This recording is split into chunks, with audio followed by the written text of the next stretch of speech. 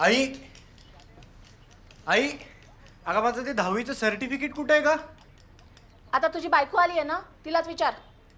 अगं पण माझी 10वी झाली तेव्हा ती कुठं होती घरात? तिला कसं कळणार? हे घे.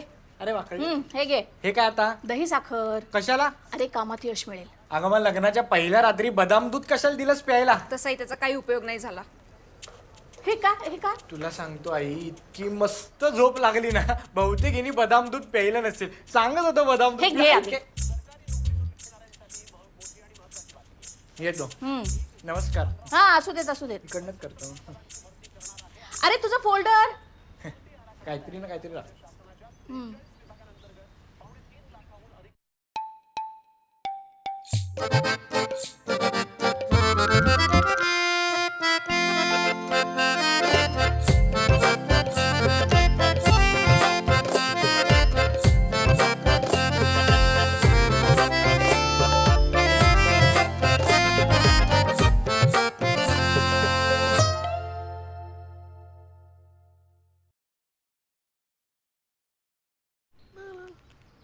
अरे काय रे सकाळी सकाळी कुठे? Job interview. अरे अरे अरे अरे नोकरी आधीच लग्न केलंस? आम्ही तर ठरवलं होतं बाबा, सरकारी नोकरी मिळाल्याशिवाय लग्न करायचं नाही. आमच्या बाबांनी पण ठरवलं होतं. त्यांनी कुठं आयुष्यात नोकरी केली? नाही पण आईनी केली ना. कोणाला तरी सरकारी नोकरी पाहिजे असं बाबांनी ठरवलं होतं. हो का? कसली आहे कंपनी? कसली? ते आता तिथे गेल्याशिवाय कळणार नाही. मग जाणार कधी? हे आपली फालतू बडबड संपल्यावर. बरं थोरा मोठ्यांचे आशीर्वाद घेऊन जा. आईचा घेतलाय आईचा आशीर्वाद. हो जा जा जा जा.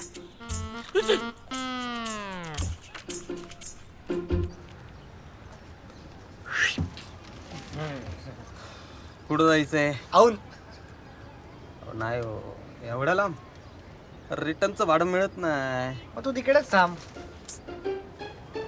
तसं नाही, 1.5 भाडं होईल. आपाप होईल.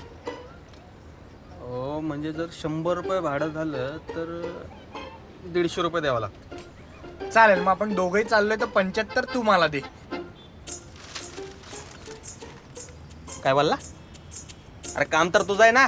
मग तू आता कामावर नाहीये का? आहे की. म्हणजे औनला जाणे आपल्या दोघांचंही काम आहे ना. हो. मग जर 100 रुपये झाले तर मी तुला 150 देईन आणि अर्धी क्वांटिटी म्हणून तुम्हाला 75 रुपये दे.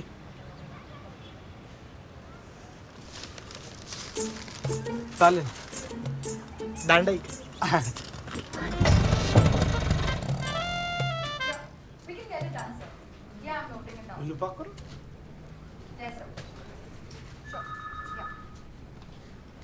Okay, sir. I'll get it done. Yes, sir. How may I help you? नोकरीसाठी आलोय. म्हणजे? तुम्हीच पाठवलं होतं ना इकडे वेकन्सी आहे म्हणून. अरे तुम्हाला काही अनुभव आहे का? हो, अनुभव बरेच आहेत. 2 मुली सोडून गेल्या, मुळव्याधाचं ऑपरेशन झालं, एकदा बंगाली बाबाने आओ सर, हे सगळं काय सांगताय? तुम्हीच म्हणाल ना काय अनुभव आहे का म्हणून. हेच अनुभव. सर तुम्ही इथे जॉबसाठी आलात ना, मग त्या जॉबमध्ये तुम्हाला काही अनुभव आहे का? या अगोदर तुम्ही कुठच्या MNC मध्ये काम केलेलं का? हो, MNC मध्ये होतो ना, पण तिकडे कोणी काही काम नाही सांगितलं कधी. मग सर तुम्हाला इथे जॉब नाही मिळणार. इकडची रिसेप्शनिस्टच ठरवते का कोणाला जॉब द्यायचा कोणाला नाही?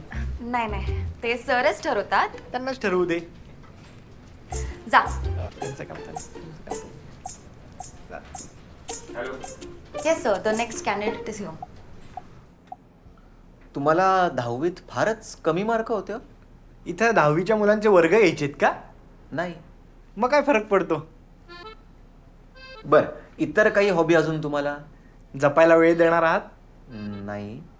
मग काय फरक पडतो? बर, भाषा किती येतात तुम्हाला? इथे बऱ्याच भाषांमध्ये संवाद होतो का? नाही. मग काय फरक पडतो? बर, हा जॉब आम्ही तुलाच का द्यावा? तुमच्याकडे दुसरा कोणी ऑप्शन आहे? नाही.